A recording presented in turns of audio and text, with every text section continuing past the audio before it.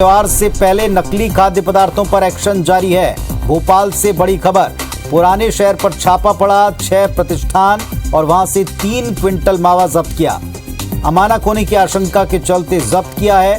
2 quintal gulab jamun, milk cake, paneer, ये भी बड़ी मात्रा में जब्त हुआ है। जांच रिपोर्ट के आधार पर आगे और गंभीर और बड़ी कार्रवाई हो सकती है।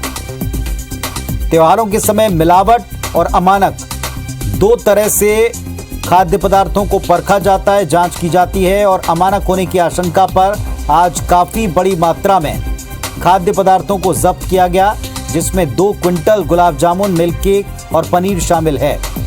जांच रिपोर्ट आने पर अगर अमानक या फिर नकली पाया जाता तो उस पर बड़ा एक्शन होगा, कार्रवाइयां आगे बढ़ सकती हैं।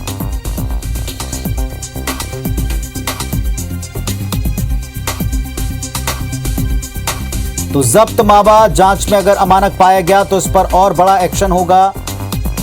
त्योहार सामने हैं, कुछ दिनों बाद दीपावली पर्व को लेकर बाजारों में इस वक्त काफी डिमांड है, मिठाइयों की काफी डिमांड है, खाद्य पदार्थों की, पनीर की, और ऐसे में अमानक और नकली इन पर दबिश देने का क्रम शुरू हो चुका है। पुराने शहर पर छापामार कार्रवाई की गई।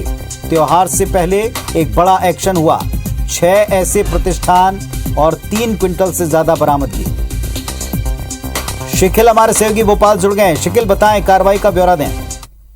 देखिए, निश्चित तौर पर कार्रवाई जो है वो तेज कर दी गई है। हालांकि पहले से ही शुद्धता के लेकर जो अभियान प्रदेश सरकार ने चलाया था वो कहीं ना कहीं सुस्त नजर आ रहा था, लेकिन अब क्योंकि त्योहारी सीजन है उसे लेकर अब कार्रवाई तेज की गई है। आज पुराने भोपाल में जो है खाद्य विभाग की टीम वहां पर पहुंची और साथ ही साथ सैंपलिंग कलेक्ट किए गए। इतना ही नहीं कि सिर्फ मावे की बात यहाँ पर की जाए, बल्कि गुलाब जामुन, पनीर, जो मिल्क केक जैसे भी जो आइटम्स हैं उनके भी सैंपल लिए गए हैं। लगभग 2 क्विंटल तक का जो गुलाब जामुन है और इसके अलावा जो मिल्क केक है और पनीर जो है वो जब्त किया गया है। अगर हम मावे की बात करते हैं तो मावा भी भारी तादाद पर जब्त किया गया। 3 क्विंटल एक बड़ी जो मात्रा है वो होती है और आज ही सैंपल रिपोर्ट जो है वो निकली हुई। बीते 8 अक्टूबर को एक सैंपल लिया गया था जिसमें 170 डलिया, यानी यूं कहा जा सकता है लगभग 40 क्विंटल से ज्यादा मावा जब्त किया गया था। उसकी भी सैंपल रिपोर्ट आज आई हुई है और इससे साफ हुआ है कि ये अमानक